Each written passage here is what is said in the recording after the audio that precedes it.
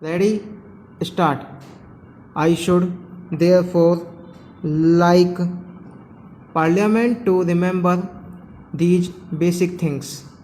Here is something that is purposed, which in fact clarifies and elucidates the Constitution and brings it completely in line with what the makers of the Constitution intended. Unfortunately, they did not do so in clear enough language, and therefore the courts have interpreted in differently. So first, it is a matter of elucidation. Secondly, it is wrong to say that we are suggesting any arbitrary action, any confiscatory action, or any appropriatory action. In fact, the Constitution has said that there should be compensation by law, but it is true that the quantum of compensation will be determined by the legislature.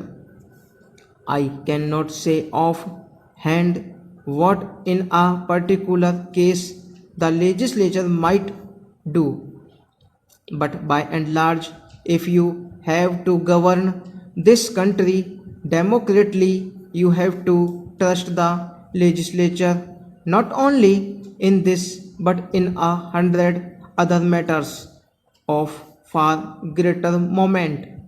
This legislature might decide on some far reaching change affecting perhaps a question of such magnitude far as war and peace. Surely the Supreme Court will not decide that.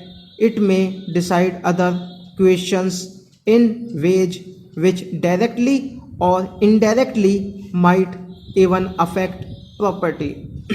All kinds of decisions may be taken which will have a powerful effect on our social and economic structure, and for example on planning, but it is the legislature's will that is bound to prevail in such matters.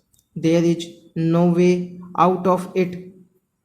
It seems to me a basically wrong approach to single out this question of compensation and to take it out of the purview of the legislature in the sense of somebody else revising the legislature's decision. Such a course can be thought of only if you think that property is something semi divine and that the protection of private property is to the largest good of the nation, which hardly anyone today will say obviously.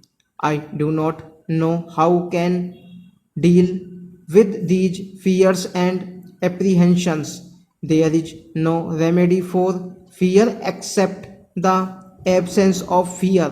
Today, in the larger world context, nations are afraid, and because they are afraid, they often say and do the wrong things. Things thus get worse. I do not know what we shall do about it in the international sphere. Some people in this country and some outside have all manner of apprehension of this vital issue in this transitional age.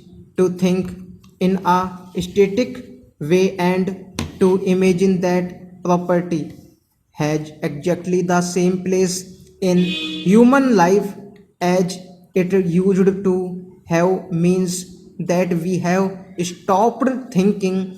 These apprehensions and fears therefore appear to me completely unjustified. Far greater developments and disasters might suddenly confront the development worlds, and in this context for somebody to be afraid of some mill or plant or factory being acquired seems to me out of protection. So far as this government is concerned, my mind is perfectly clear on the subject.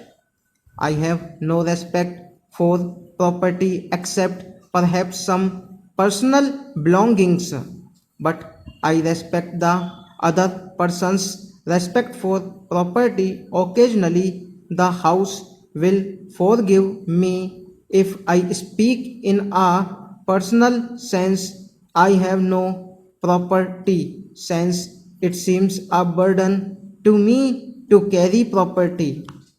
It is a nuisance. In life's journey, one should be lightly laden. We one can be tied down to a patch of land or a building. I cannot appreciate this instance attachment of property. But while not appreciating it, I realize and recognize its prevalence at the same time. I think the proportion that some honorable members on the opposite side advanced about acquisition or confiscation without compensation seems to me basically wrong. I say so from the point of view of the public good, not because I love property, except in particular cases where a person misbehaves and so on. I do not want anything to be acquired except on payment of just compensation. I need not refer to give capital here. I am surprised to hear the proposal being put forward repeatedly that we must confiscate or appropriate foreign capital. I cannot imagine any more thoughtless or and unrealistic. It has no realization to reality. No country where it is socialist or communist or of any other type can do it except it in the thunder of war or revolution when things happen not because of law or policy but because of historical forces.